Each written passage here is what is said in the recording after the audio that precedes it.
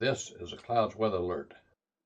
Good late Friday, everybody. I'm meteorologist Casey Cloud here in the Weather Center, giving you a look here at the tropics. We're tracking tropical depression number 4 now, newly there, designated by the National Hurricane Center in Miami. So a nasty situation here, potentially a water area, but there's a lot of uncertainty at this point. But we turned that logo red on Wednesday. We were tracking some storms in Georgia when we came on with some cover to that activity as we started to see a shift there from our late Tuesday update. And we were off Thursday there, but we're in alert mode now. We're going to be with you as this storm system moves towards and then moves through and then moves past our area and then could even impact the Carolinas here. As we look ahead toward the timeline, you kind of see that track there on the screen, some of those different D icons there and the T icons indicating a tropical storm here, folks. I know right now, D indicating a depression. You see some very disorganized activity there as we get toward Cuba at this point in time. But we're going to just continue to watch the situation very carefully. I know it is something that's kind of up in the air in terms of there's more uncertainty than normal here as we're kind of looking at things. I know, a track shift just a little in the Gulf could cause it to be a stronger system and and be over the water is a warm water and a more favorable environment for a good bit longer. So you just got to be careful. I know we're always watching things for our 62 counties, of course, as we look at this situation. So we're in alert mode here. I know there's a tropical storm watch, and boy, as we look toward Levy County. We're going to be watching that area carefully. That means, in theory, tropical storm conditions possible within about 48 hours or so. Now, granted, I think things, are kind of a little bit, again, more uncertain than normal, and things could speed up or slow down a little bit more than they generally would here because eventually the pattern really favors just not moving too much. And if it were to slow down too much, before it kind of really moves through an area, then that could really be problematic. The models have been shifting back and forth on that possibility. And some of the new models are coming in now, but we've been seeing, just every few hours or so, give or take, different model runs come in. You look at and you try to get an idea of what could happen here across our 62 counties. I mean, this could stall off the coast of southeast Georgia even and be a problem, a big problem for Camden and Glenn counties. You just never know here as we look at things here in toward the weather center. So again, watching that here very carefully. I know just trying to give you the latest here as I come back on over toward another map that we have here at our disposal now. And that's a tropical storm watch map. You see in the pink area, that's where we're looking for the conditions within 48 hours. We'll see probably an upgrade like we have to the south to tropical storm warning for some of these areas here. That's in the maroonish color, that tropical storm warning. But I'll probably see an upgrade here pretty soon as we look ahead into toward the timeline. So that's something to kind of keep our eyes on. It's just an expansion. I mean, Levy again is the only one in our area under this right now, but that probably will change here. As we look into Saturday, I suspect a lot of our area will be under tropical alerts, flood alerts, or heat advisory. I know as we're looking for Saturday, that's going to be an issue as you're preparing maybe for the storm as we're looking, across parts of our zones because it's just going to be so warm out there. I know as you're looking at things, you got to drink plenty of water while you're preparing for a potential tropical system. I know it's not too warm right now, 75 degrees here east of Stark at around midnight, but it is that summertime feel out there. I mean, as we look ahead, we're going to be watching the storm and then after the storm, it could be pretty warm if we were to get a stronger system where more power outages are realized. So again, right now this map's a little misleading because honestly, expect a lot of north central Florida, the Big Bend even potentially being really filled in with alerts here before all said and done. This could happen pretty quick over the weekend when folks aren't paying attention. I know back on Tuesday, we held out just that small possibility this could impact an area like this, but we were kind of thinking in the meteorology enterprise that it would probably be east of our area here, and that's completely shifted now as things still haven't completely developed, but now that it is a tropical depression, things could kind of start to happen pretty quick with this. So we got to be mindful of that. We got to be careful in that regard. And let's go back on over here to our other source now. Again, infrared satellite, we're going to see if the cloud top's really organized with this. I know there's a center south of Cuba. I know being south of Cuba could help us go a little further west. And if the center isn't over land as long, that could help this thunderstorm activity really wrap around it. But it is a depressant. So that means it is tropical in nature. So in theory, it could start to really wrap up maybe quicker than the model's forecast.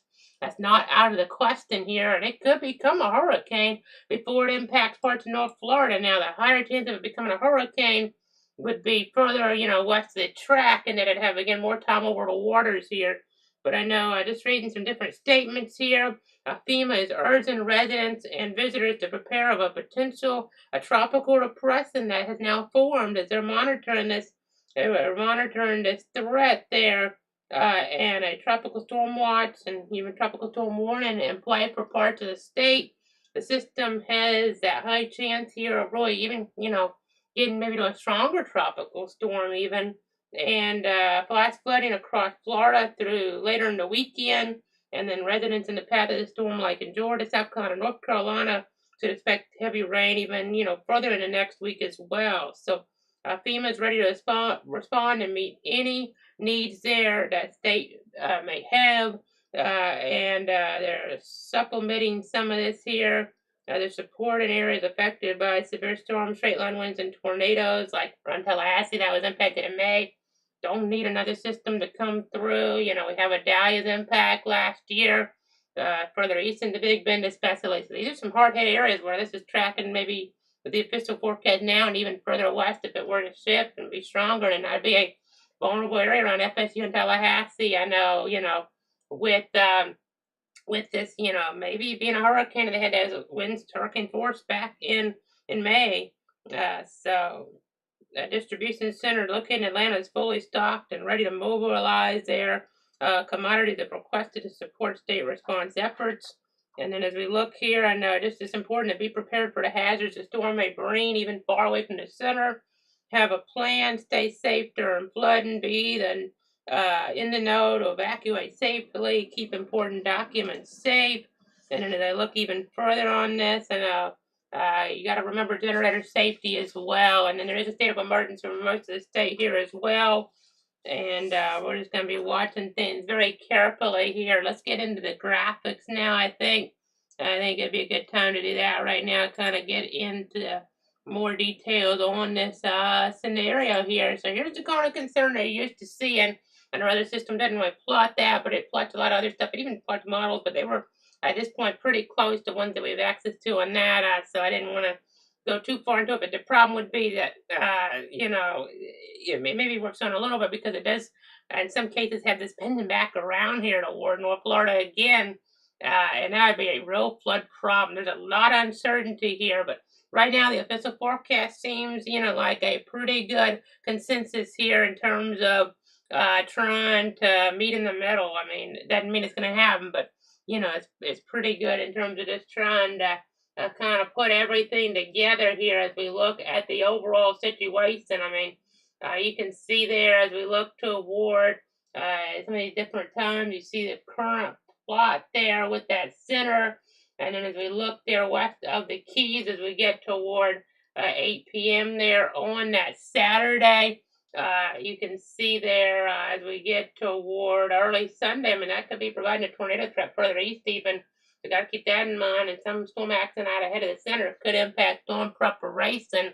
By 8 p.m. Sunday, the latest track again, I mean, we've seen the times kind of shift a little models. Some have it quite a bit quicker moving further east, but slower further west in general here. I know just continuing to watch the overall situation here. As things do evolve, I know you can see maybe a landfall early Monday morning, but again, this could shift some. That's at 8 a.m. Monday there with the max sustained winds, maybe at 70 miles an hour right near the Big Bend, close to where Dahlia hit last year, Dixie, Levy, Taylor County, somewhere in that area, possibly. Again, it could shift around. And if it were to be a little more disorganized, maybe more of a rain threat, less of the wind threat. But again, we're very uncertain for this close in. I mean, not saying it's going to be Irma or anything like that, but Irma, we kind of had a pretty good idea several days out, maybe middle of the week ahead of time what was probably going to happen, but we're still not really sure. This could be something that's one of those systems you forget about as you go next hurricane season, or it could be one, Debbie, which we already remember that one from 2012 because of all the rain that Debbie brought. Well, this Debbie might be one that we remember for years and years as well. Could even get retired depending on flood threat somewhere in the southeast, whether it's locally or not, where we could just get, the models, haven't necessarily shown some of this recently that I've seen, but, feet of rain, not out of the question. A couple feet of rain in some areas, if this were to really stall out, not out of the question here. So you got to be really careful here thinking about it like that. And the max sustained winds were only at 30, though, 30 miles an hour out of the 11 o'clock update. But you can see here, it just kind of hangs around our area. This would be a not a good scenario here if it was kind of here on Sunday later on, all the way into early to mid Tuesday. That'd be dumping, maybe a foot of rain in some backyard, depending on how quick this moves. Again, there's a lot of uncertainty kind of having the hedge here on some of the forecast right now. I know as the situation does evolve here, but you see right now that kind of concern extending where the center of this could be as far west as around Apalachicola or as far east as around Tampa here with a landfall point. So got to keep that in mind here as we're looking at things. I know just giving you the latest, of course, Debbie, the next name on the list. Debbie was such a big name back in 2012. And again, short-term uncertainty is higher than normal with this. But right now we're thinking for Cedar Key area, Sunday, Monday in general here. So you really, Saturday's your prep day. That's all you have at this point to prepare here as we're looking at things, as we're looking toward areas there, like Cedar Key. So again, just kind of making some notes about stuff here as we continue along in the coverage to figure out where we want to go a little bit later in this update. But I know short-term uncertainty higher than normal. But right now we're saying 35 to 45 mile an hour winds, a gust of 60 possible. I know, it could be a situation where things really shift around one way or the other. Some of these numbers, the rainfall threat, that's the one I have is high here per se. 3 to 6 inches with an isolated 9 a possibility. And the storm surge, I know you guys are always concerned about storm surge there around Cedar Key and parts of Levy County. Right now, 2 to 4 feet above ground. Pales in comparison to Adalia, and especially with the forecast from Adalia. Those were dire, 12, 16 feet. We ended up having, give or take, depending on where you were, 7 feet, something like that. That was very severe. But this could still be impacting a vulnerable area. I know isolated tornado is a possibility too. And sheltered open at noon here on this Saturday now in Bronson. A special needs shelter at one of the schools, a general population shelter at another one of the schools. So keep that in mind. And then as we look towards Stark now, I'm out here in Bradford County. We're seeing right now Sunday, maybe later Sunday. The models, as I was kind of getting this together, we're kind of maybe saying maybe a little later Sunday than just early Sunday. Maybe you can go to church okay, just depending on how things kind of set up with the overall high-res guidance maybe with this. But then in the early Tuesday, we'll maybe, watching this move away. But the first, fringe of this could be a tornado threat even. But again, short-term uncertainty is higher than normal. Uncertainty is higher than normal here. Right now, we're going to say 30 to 40 mile an hour winds with gusts to 50, though.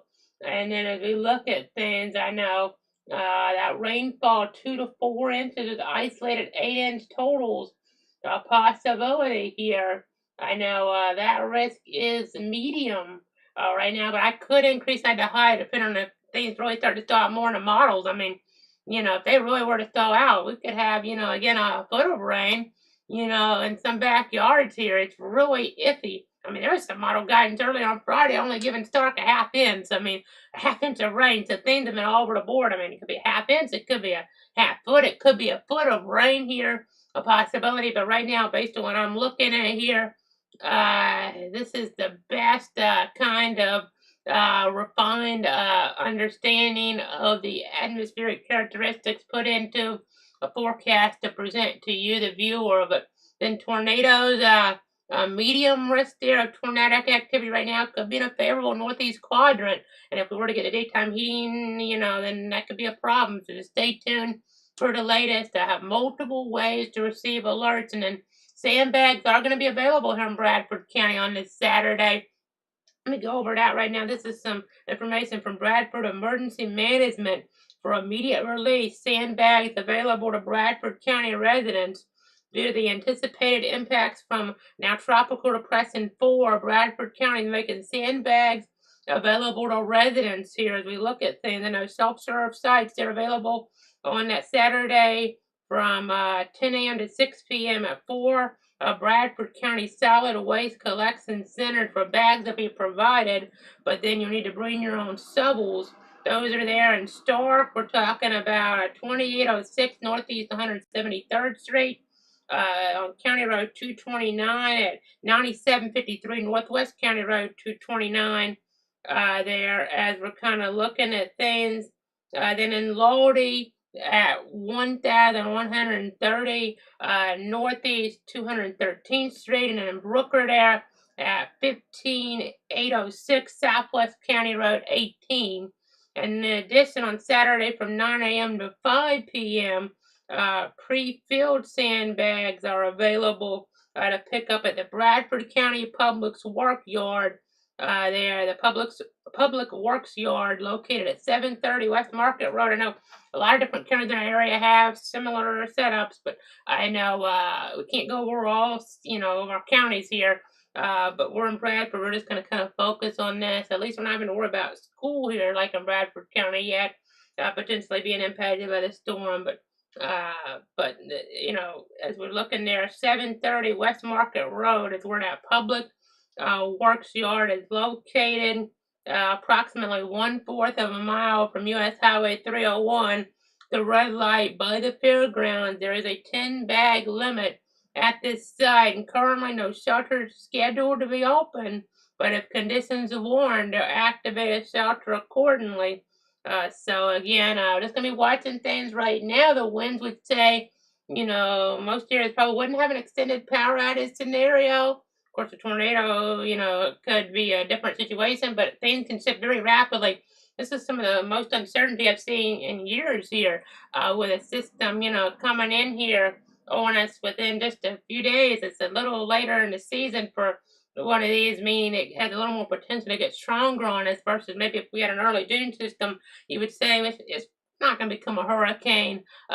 You feel comfortable about that. This is not out of the question that it does here. Being early August with those warm, hot water temperatures, wind shear not too big a factor in the Gulf of Mexico. So you got to be careful here.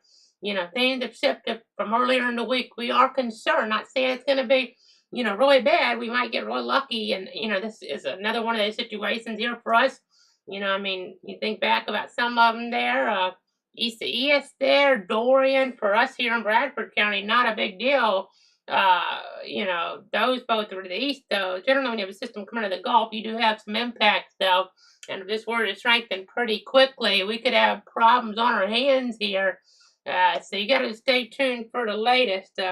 You just got to be on guard here, since there is a higher, potential there for something to kind of, come up here on us pretty rapidly. And you have to take, advanced precaution there. On that Saturdays when you really need to prepare because the conditions will be deteriorating on Sunday at some point, it would look like. So you don't have a lot of time to prepare. I know, not saying it's going to be like this. None of the models have been showing what I'm about to mention, but you think of areas there in Mexico there last year, not really much, and then all of a sudden a Cat 5 hurricane hit them. Not saying this was going to be that or anything, but the point is, we could get a hurricane all of a sudden. In that case, instead of the flooding here, we got to just remember turn around, don't drown. That's still very dangerous.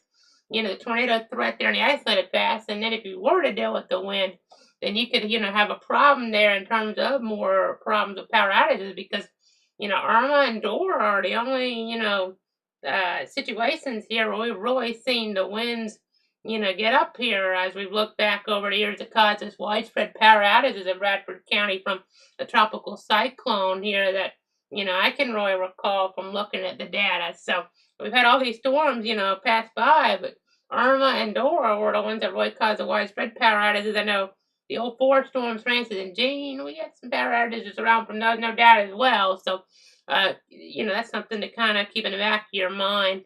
But this could happen quick, or it could be one of these weaker systems that doesn't do very much. I mean, there's some guidance, like I was saying earlier on, only had a half inch of rain for us, but another guidance, a foot of rain maybe. So you just got to be really on guard here. Things are not, set in stone by any stretch of the imagination here as we're looking at things. But I know you just got to be kind of paying attention. But yeah, 20th anniversary of those four storms, those, had pretty good winds. But right now, sometimes I can kind of compare it to something. There's so many ranges of possibilities with very little time to prepare. We just got to prepare on that Saturday. Charter those devices. I'm not talking about just Stark. All of our 62 counties, all, really, those areas under the tropical storm watch there as well, or tropical storm warning. So just got to be prepared here as we look at things. And then storm surge threat from TD number 4, now a tropical depression. It did form into that. It was just the PTC, which is a potential tropical cyclone. I know that's something that the Hurricane Center does. They can get some alerts out to warn people before it can be designated. But now it meets the meteorological criteria here to be upgraded to a actual tropical entity. Granted, it only has 30-mile-an-hour max sustained winds, but it could get us out together pretty quick. Again, this is subject based on the intensity of the storm here and the exact track as well, because you'll have the surge kind of coming in there on the east side. If this were to make the unfold further north, this would be a bigger threat further north. But right now, 2 to 4 feet of storm surge there as we're looking from. There's around Swanee River all the way to the Bonita Beach area. So just keep that in mind there as we're looking at the overall scenario here. I know you just gotta be careful here. I know in these situations you have that wind kind of trying to push stuff in there with surge, and some of these areas are vulnerable. In the wake of Idalia, I mean, a lot of cleanups happen, but this is Horseshoe Beach there about a month or so after the storm, and you can see some of the damage there. And even 2 to 4 feet of storm surge can, take advantage of some of those vulnerabilities here, unfortunately, and be problematic. And as we go ahead and look here, this is the official rainfall forecast right now from the Weather Prediction Center there. And this could vary a lot based on what happens. A westward shift would put some of these rains further toward Tallahassee. But right now, toward the peninsula, you see a lot of totals there that are starting to get higher up into the color table. That's 5+ inches in those orange areas. Some even 7+. It's harder to make them out. And that yellow is up to about 10 inches or so. And this is something that's going to be, in these forecasts, this is for more widespread precip. So isolated areas could get quite a bit more if things set up wrong. But one reason I have this at 7 days is because there's a chance this could really stall out here. Hopefully it's further away from us, in our area, because this were, the system were to stall out closer to us. But we could really have problems in southeast Georgia possibly, or even just, almost anywhere in our area, depending on the exact scenario. But that'd be a little more likely, having the problems there in the ward part of southeast Georgia. So again, I just continuing to watch and then get a clutter.com/radar for an interactive look at things here. When we're not on, but we're going to be on quite a bit here. Probably going to be on quite a bit in the days to come as we look at this situation. Tornado threat, rain threat, some wind threat, storm surge threat, things coming together. We're in alert mode to protect you, your friends, and your family here. Very uncertain overall. This is kind of a broad brush right now. That's kind of so Stark maybe getting, out of, in Bradford County, maybe on the order of 3, 4, 5 inches, something like that. But this is highly variable here as we do look ahead and toward the timeline. As we're looking at things, I know we're out. We've gotten a good bit of rain here recently. Just kind of looking at things here. We're out in Bradford County, kind of looking at some of that precip there. Getting a pretty good amount, kind of wetting the soils there and the like, and making that ground saturated in some cases. I know we've had some drought issues, but we could get too much rain too quick. It's just, going back to the other Debbie, it's expected to become Debbie here as well. A little confusing. That didn't get retired. Hopefully this doesn't get retired. If it got retired, I mean, it was really bad, because even Idalia didn't get retired there, last year. But this is a situation that, this could dump a lot of rain here, very quickly, and then you have flooding, you have river flooding, or just street flooding even, and you have big problems. And sandbags could be very important here as we do look ahead. Again, a lot of unknown here for this short of a period out ahead. But as we're looking at things, just kind of looking at some of the notes here in the Weather Center, I know I was trying to let you know exactly what we're talking about, and just kind of let you guys know here of the overall impending threat. You just got to be careful here. Those drains and the like. As you're looking there, the storm drains in your yard. Got to make sure they're, doing well here per se. On your home and the like here, and just make sure the drainage around your property is adequate here so that water can go down, in a more efficient way, and it doesn't start back building there. Of course, there's some areas that, that can't really be prevented or, fixed too much, especially in a short-term situation like this. But again, just got to be careful and hopefully we get lucky. And this is a good reminder, too. I know, that flood insurance, you have to get that 30 days out ahead, so you can't just go ahead and get it now. Unfortunately, if you don't have it for your property, you're not going to be able to have that here. That's a separate policy from your homeowner's insurance here. So that's why it's always important to get that, out ahead of hurricane season and these flood threats that can be, coming into play. But as we go ahead and look at things now in terms of a tornado risk, that's a little uncertain right now, but definitely those could be possible here. So just stay tuned for the latest. And charged devices have multiple ways to receive alerts in a tornado watch and then a tornado warning. I want to try to avoid taking shelter in a mobile home. Excuse me.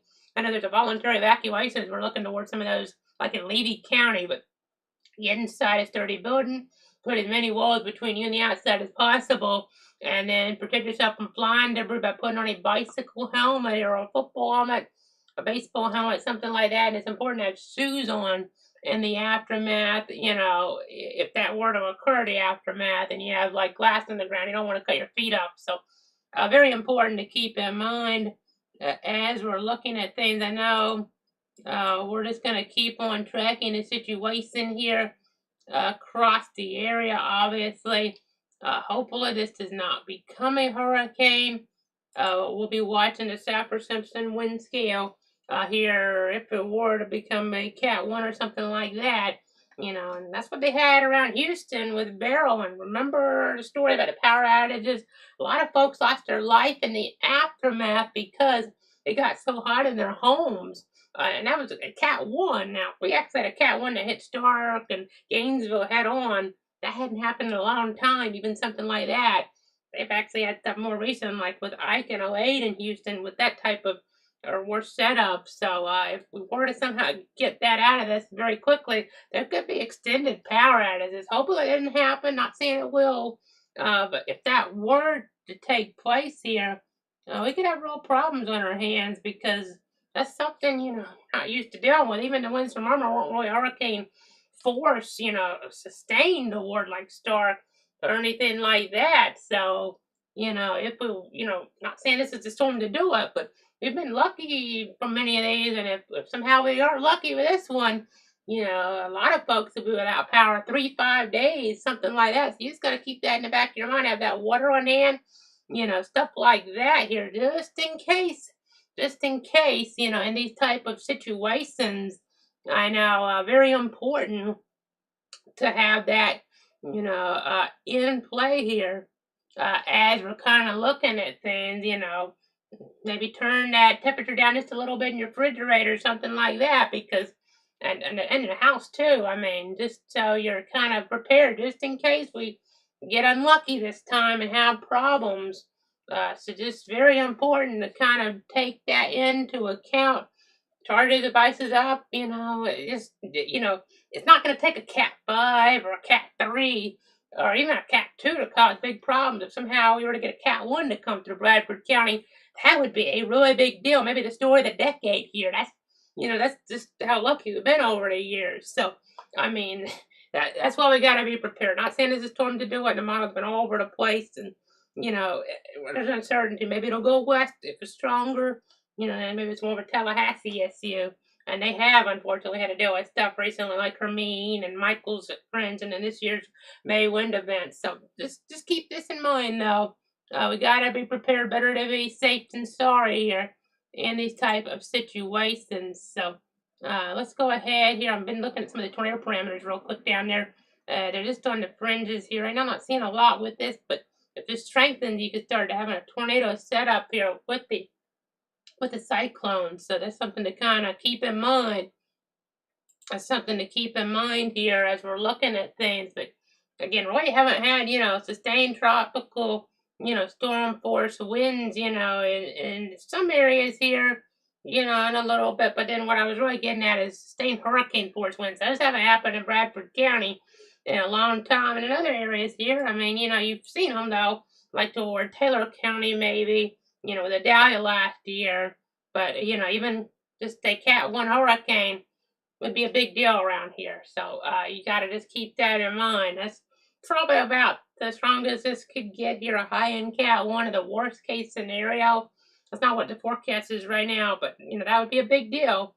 Even just from a tropical storm to a high-end Cat 1, that'd be a really big difference and have a big impact here with power outages.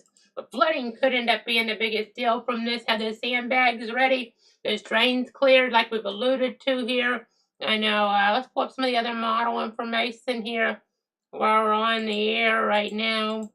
I mean, they're pretty similar, but the one problem I see here, it's not a good thing, is some of these areas here. So, as you look at some of this information, some of these, so you see these two T's together, right? This is one of the hurricane models. You think, oh, well, it's not moving very fast in one day. That's not exactly what this is saying. So I'll go ahead and break this down. Hopefully this doesn't happen like this. The official forecast is not saying this right now exactly. So this is Monday morning, right? This area here, this tropical storm over our area Monday morning. Well, guess what time this is?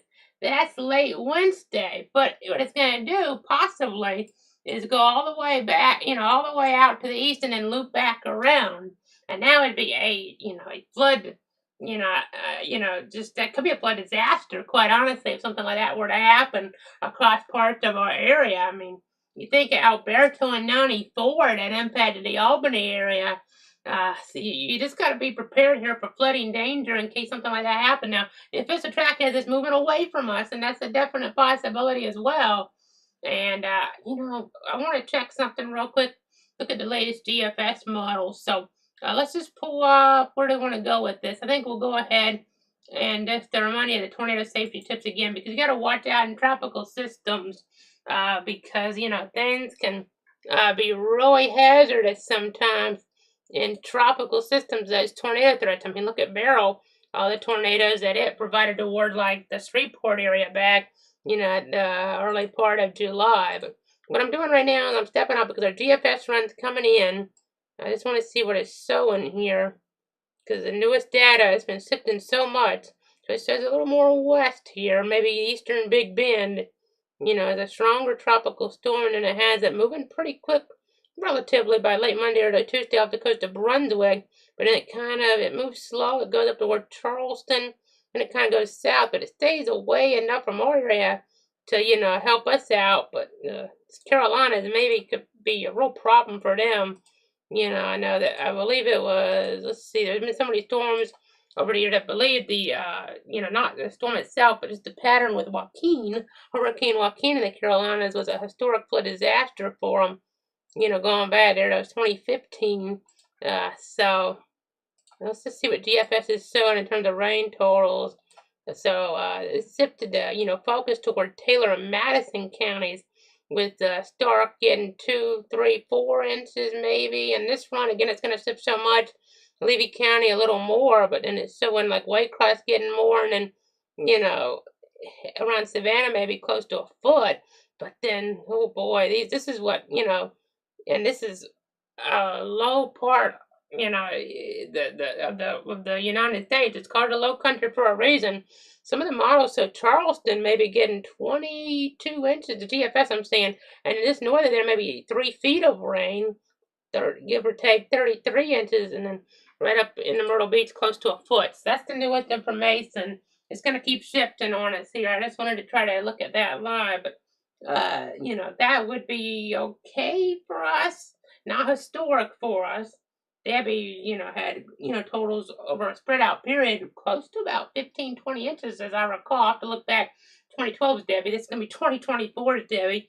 Maybe we should just retire the name because it seemed like it wants to keep being problematic, Debbie. But as we look at things here, back on camera again, just wanted to run through some of that information since it's the most up to date, coming in live with the meteorology model in here. About to wrap things up. Let me just see if there's any questions or comments as we look at things here tonight.